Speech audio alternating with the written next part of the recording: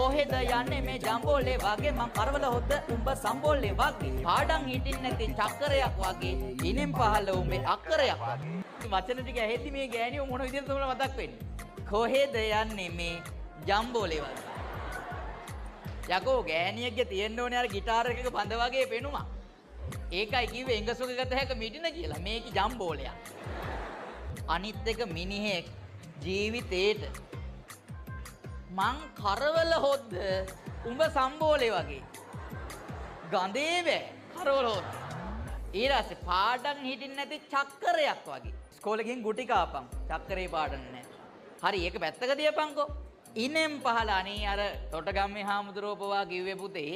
රියසක්ක වගේ පුළු කුලක් තියෙනවා කියලා මූ කියනවා මූට ඕනේ වුණා ඊට වඩා ලොකු එකක් කියන්න ඉනෙන් පහළ උඹේ අක්කරයක් වගේ සජි ප්‍රේමදාස දැක්කනම් උදා ගම්මානයක් හදනවා